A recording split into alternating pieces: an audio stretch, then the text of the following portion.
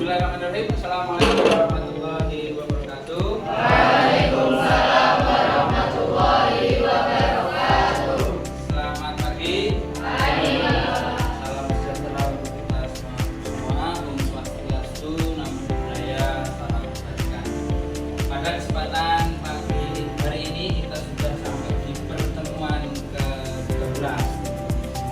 Nah, sebelum kita memulai pertemuan pada pagi hari ini, kami persilakan teman-teman untuk berdoa. Silakan.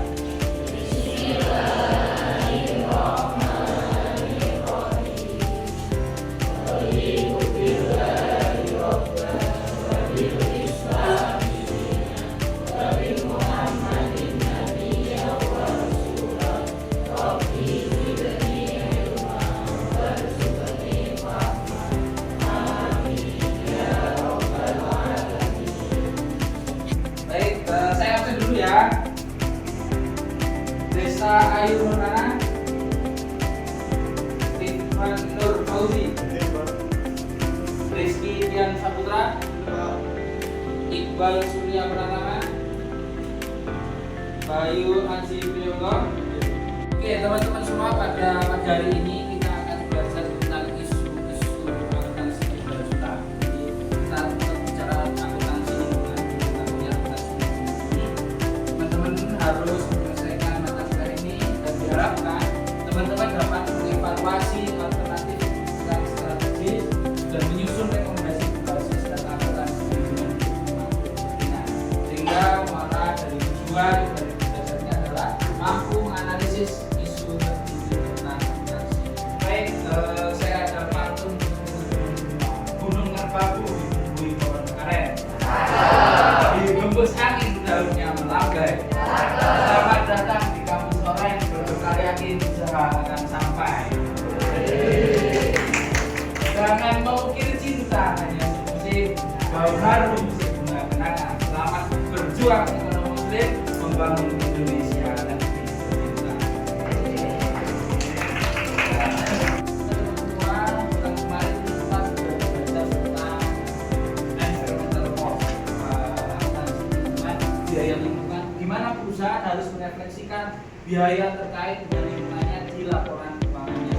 Nah, pada hari ini kita akan belajar namanya akuntansi keberlanjutan. Bagaimana perusahaan harus merespon dampaknya perusahaan terhadap lingkungan sekitar, juga lingkungan sekitar itu ibaratnya berdampak terhadap perusahaan. Jadi perusahaan itu harus memiliki kepedulian terhadap lingkungan sekitarnya melalui harus peduli tidak boleh buang sampah sembarangan, terus kemudian bagaimana perusahaan peduli terhadap orang-orang di sekitar, lingkungan di sekitar, menyekolahkan orang-orang di sekitar, memberikan beasiswa dan lain sebagainya. Nah, sebelumnya kenapa kok harus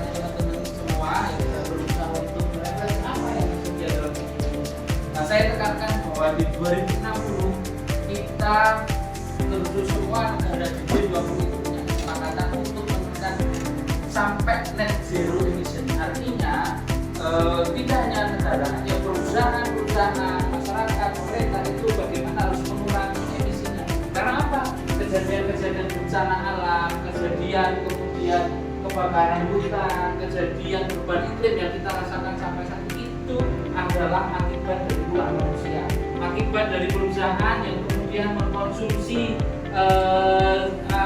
energi-energi yang tidak terbarukan, tapi kemudian jadi kalau zaman dulu kita cuma bicara namanya perusahaan cuma bicara siapa?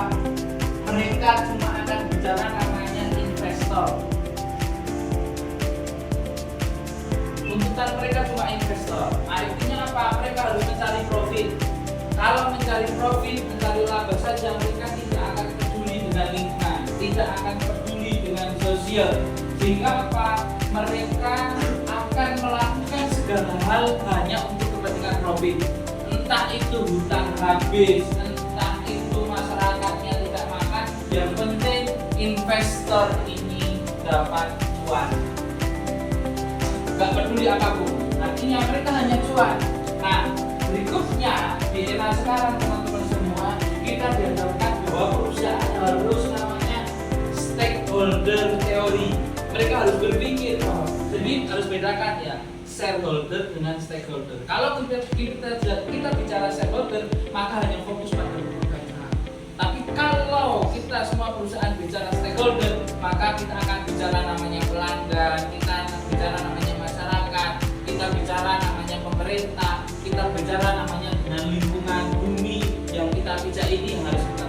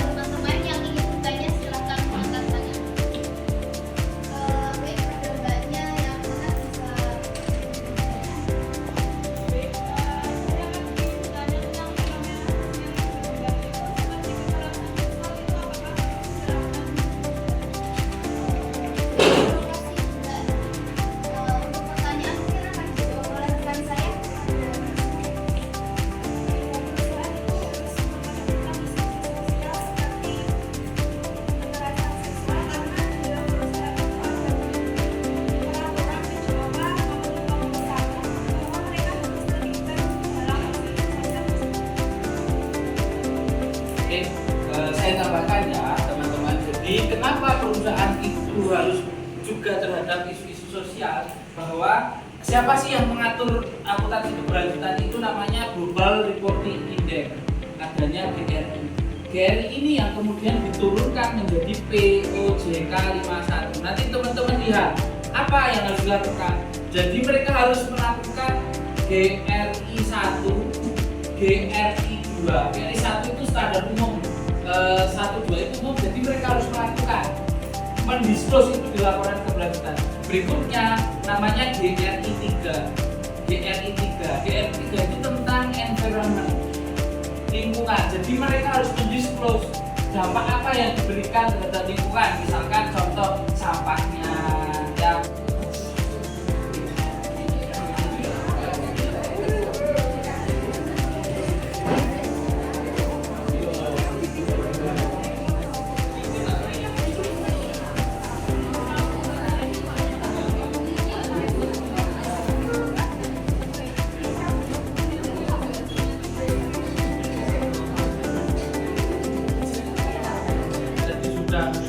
saya sudah sampaikan di awal, terus kemudian teman-teman juga sudah melakukan diskusi dan presentasi. Nah, saya simpulkan hasil pembelajaran pada pagi hari ini bahwa perusahaan itu harus mengimplementasikan ESG. Nah, gimana perusahaan bisa mengimplementasikan ESG? Maka kemudian dia harus merumuskan visi, juga visinya itu harus visi yang berkelanjutan. Begitu juga dengan tujuannya. Tujuannya harus berkelanjutan. Kalau teman-teman semua sekarang tagline-nya banyak bicara berkelanjutan, maka itu biasanya mereka sudah menganut paham namanya sustainability. Jadi aksi sudah berjalan di sana. Bukan finansial lagi, tapi bicara perusahaan itu harus peduli terhadap lingkungan, sehingga mereka harus mengimplementasikan ESG di dalam perusahaannya, environmentalnya, sosialnya, dan sebagainya. Pertemuan ke-12, pekan depan adalah pertemuan terakhir. Saya minta teman-teman untuk melihat dua paper saya. Anda melakukan critical review. Kenapa kok ESG itu penting bagi perusahaan? Anda di paper pertama saya juga ada di paper kedua saya. Nanti saya akan kirim ini ke WhatsApp teman-teman semua terkait papernya. Silakan Anda melakukan critical review hanya tentang kenapa ESG penting. Anda cari di dalam paper itu kenapa kok ESG penting. Pekan depan kita akan belajar tentang sustainability report atau laporan berkelanjutan. Nah, agar teman-teman bisa paham apa itu sustainability report, bentuknya apa, silakan Anda kunjungi website perusahaan yang menjadi idola Anda. Misalkan, oh saya suatu saat mau kerja di Mandiri nih, saya mau kerja di GoFood. Anda cek di Investor Relation, cari namanya sustainability report atau laporan berkelanjutan. Nah, Anda lihat aja, nggak perlu download dilihat. Oh, isinya kayak gini dan lain sebagainya. Silakan baca. Nah, kita akan diskusikan itu. Sebelum saya tutup, saya berpesan ke teman-teman semua, Anda masih muda, panjang perjalanan saudara ke depan. Jangan buru-buru menikah ya. Kalau buru-buru menikah nanti cepat punya anak. Nah, saya pesan, jangan mudah menyerah. Kita tidak akan pernah tahu usaha mana yang akan berhasil. Bagaimana kita tidak pernah tahu doa mana yang akan dikabulkan. Yang harus kita tahu keduanya sama pertanyaan. Oke, tepuk tangan kita. Cukup sekian pertemuan pada